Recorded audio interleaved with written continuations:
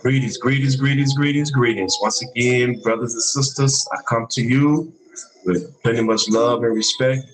Welcome to another episode of Positive Lifestyle Management Awareness Session. And today we're going to be discussing my second city that I love and that I would like to talk about, which is Paducah, Kentucky. There's a lot going on in Paducah, Kentucky.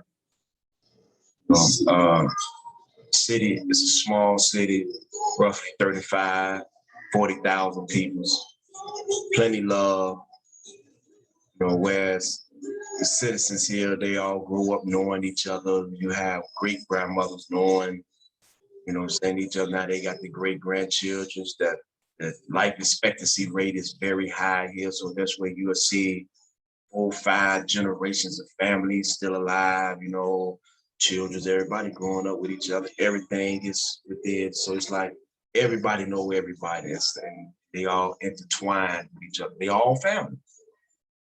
In one form or another. They're not family. They've been knowing each other for so long that they consider themselves as being family members.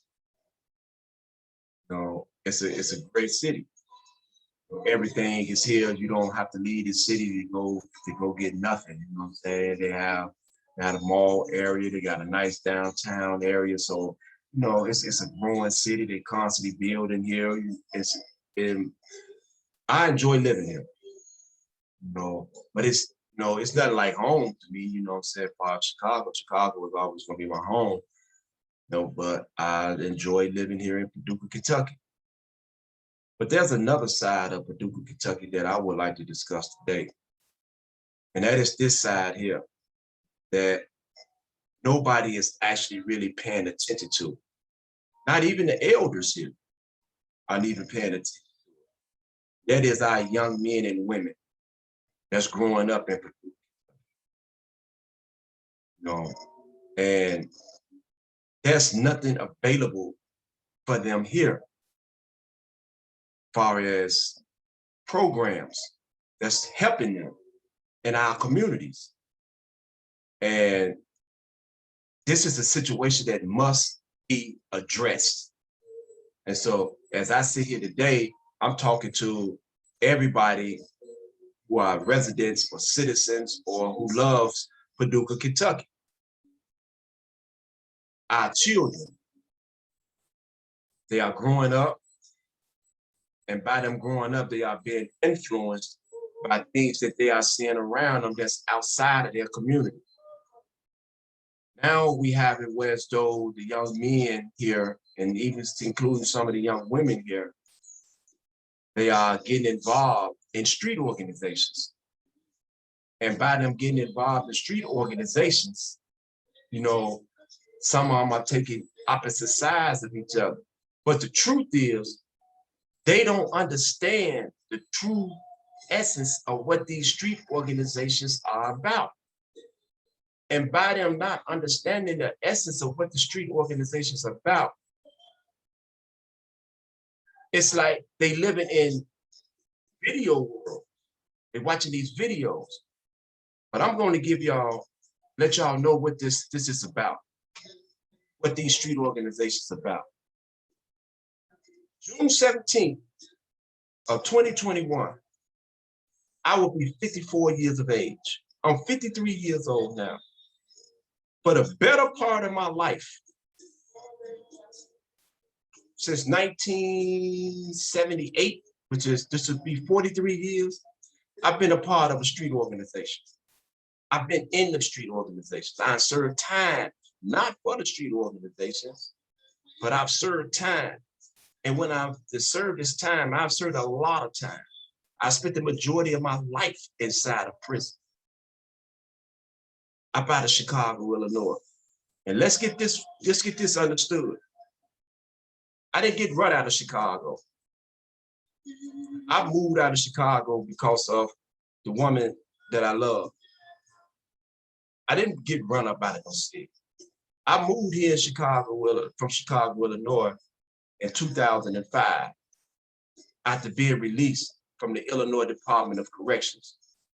I was serving a 30-year prison sentence in the Illinois Department of Corrections. And after serving 15 years, 2 months and 15 days, I was released from the Illinois Department of Corrections. And to prove this to you, this is what I'm gonna show y'all. This me, Keith Taylor. The number 90CR20808. On 5/16/1991, Judge Sirius sentenced the defendant to a term of 30 years IDOC for offense of armed violence. So I had shot someone, I had been arrested, and I was accused of murder, but they couldn't make the murder stick. So I was charged with armed violence. I was sentenced to 30 years in the Illinois Department of Corrections. Not only did I get them 30 years in the Illinois Department of Corrections, I was sentenced to an additional 8 years in the IDOC for armed robberies, 2 counts, with each sentence concurrent, with each other sentence concurrent with the first 30 years. Credit time amidst to issue. Then I was sentenced to an additional 22 years in the Illinois Department of Corrections for armed robberies, all to be ran concurrent with the 30 years in the Illinois Department of Corrections. So now, when I moved here from Paducah, from Chicago, I came to Paducah to start a new life, but I got here and I got involved in what I thought I knew best, which was drug selling. That's all I had been doing.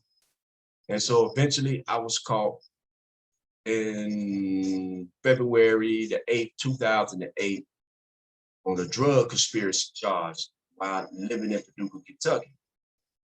I was sentenced to 180 months in the Federal Bureau of Prison for possession of a firearm by a convicted felon, conspiracy to possess controlled substance, cocaine, marijuana, possession with intent to distribute and distribution of crack cocaine and cocaine, and possession with intent to distribute and distribution of cocaine, all 180 months, which was all running concurrent. My co-defendant on the case, who they didn't want, was sentenced to 2 years probation. You know, my co-defendant stood her grounds, didn't open her mouth, didn't say nothing, didn't rat, so she received 2 years probation. They didn't want my co-defendant, but they got her along just so they could get me. So I did 13 years. Matter of fact, I did 12 and a half years in the Federal Bureau of Prison, and I was released July the 8th, 2020, to serve an additional 6 months on home confinement. A total of 13 years that was served in the Federal Bureau of Prisons. Now, if you all see, I'm showing y'all all this to make a point. The point that I am making to the people is here. I am not somebody who is just talking to you. No, I am giving you the facts of who I am. And if our young don't straighten up, they're going to see themselves going down that same road as me. I've served the majority of my life inside of a prison cell. If you see here on January the 22nd, 2009, which was me, Keith Taylor, was sentenced under the Armed Career Criminal Act, US 18 USC 924E, to serve a total of 180 months of imprisonment, followed by a total of 5 years of supervised release. So as I'm speaking to you right now, I'm on supervised release. I haven't even been on supervised release a total of 6 months yet. So, and to show you further who I am, I'm gonna show y'all my fingerprints. It's my alias name, Keith Taylor, my real name, Allison Taylor, my nickname is Fifi. And here's my Illinois prison number. I am known throughout both federal and state systems. And I am known as a person who was causing disruptions inside the prisons, but I was known in that sense as an organizer.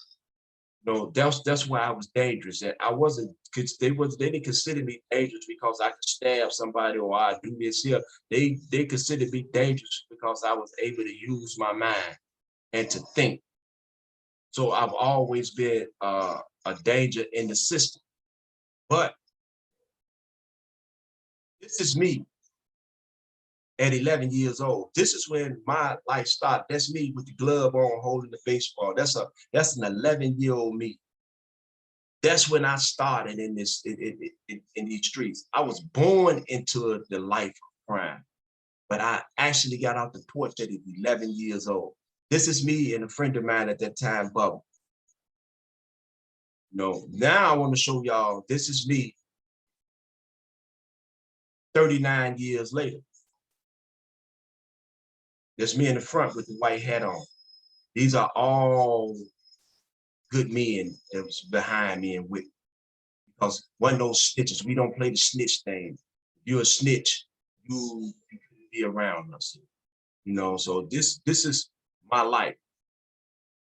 But now I want to get back to the issue that I want to discuss with the peoples of Paducah, Kentucky.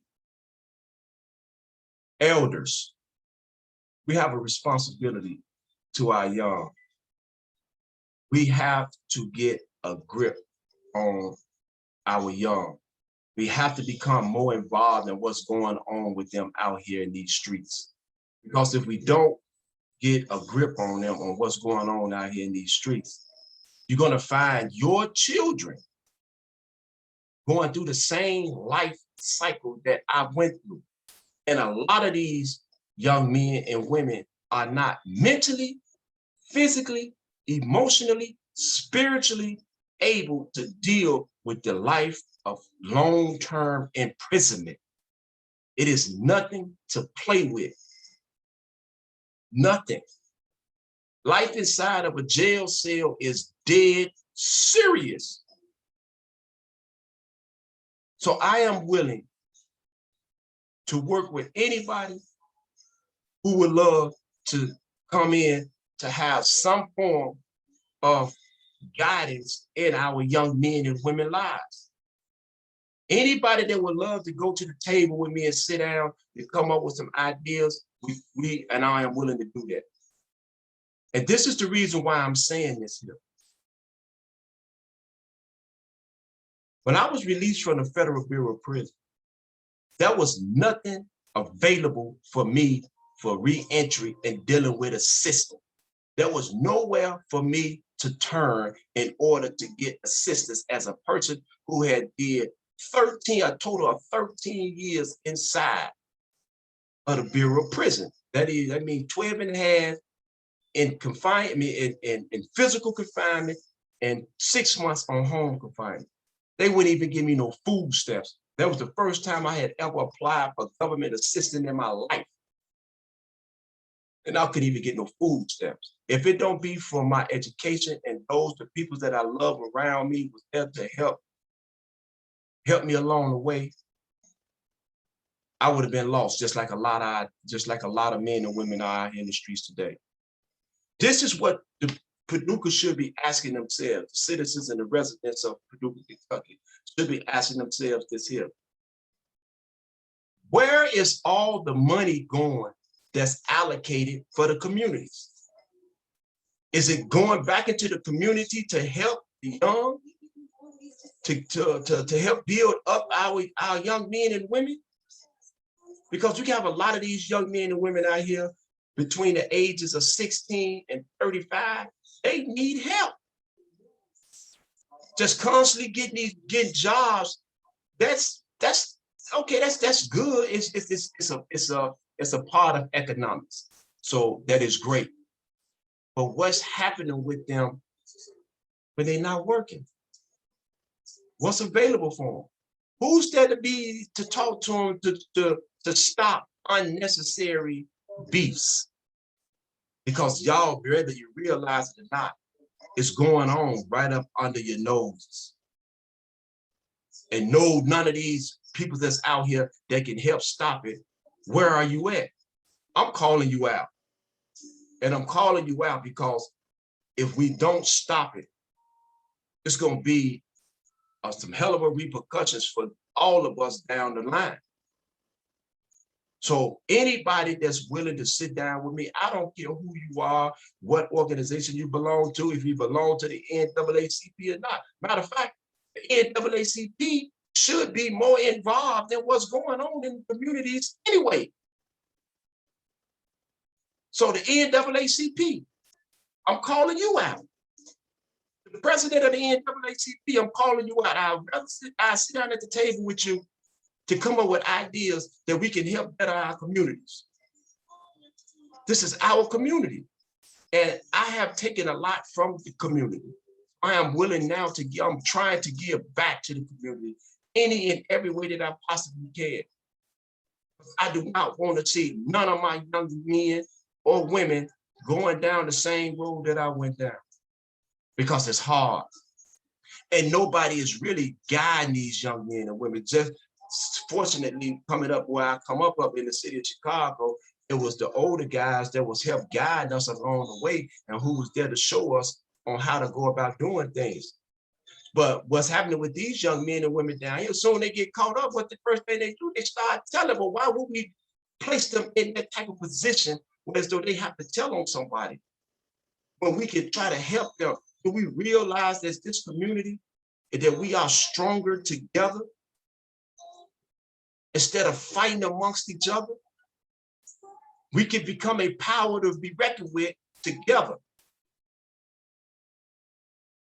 This is what we're supposed to be doing.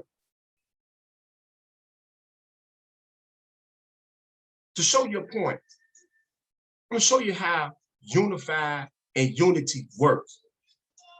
On January the 6th, the whole world seen what happened January the 6th, 2021, when the United States Capitol was stormed by raging citizens of America. And those who caused it, nobody has paid a price for this. So what they did, they called themselves coming up with a commission to try to hold people responsible for what happened on January the 6th. But you know what the Republicans done in the United States Senate? They blocked it. They blocked it. Now I'm not advocating Democrat or Republican. What I am advocating is showing you unity. What could be done when you are unified? When money's supposed to be allocated in our community for our children, for they can have these after school programs, so they can have programs that's helping out, focusing on y'all young men and women, so we can have violent prevention programs and outreach programs that can help them. But I'm here to say this here, that my nonprofit organization, Orbit, which stands for Our Responsibility Being Intelligent, Innovative Thinkers, is launching in Paducah, Kentucky. And this program will be focusing on crime prevention, reentry, education, economic, political, social development, tenants' rights, because there's a lot of tenants who are being misused by landlords. So tenants have rights as well. So this is what my organization is going to be focusing. We'll be focusing on homelessness. We're going to be focusing on entrepreneurship for our young men and women. So I'm going to need as much help as I possibly can. I am trying to give back, and I'm willing to work with any and everybody in the city of Paducah, Kentucky, to make our city better and safer for all of us. So with that being said, you all know me. If you don't know me, I'm easy to find. If you would like to work with me, please reach out to me. Email me, call my wife, call my man, call somebody that is associated with me that I know. I'm willing to work with you. Thank you for your time. Have a good day.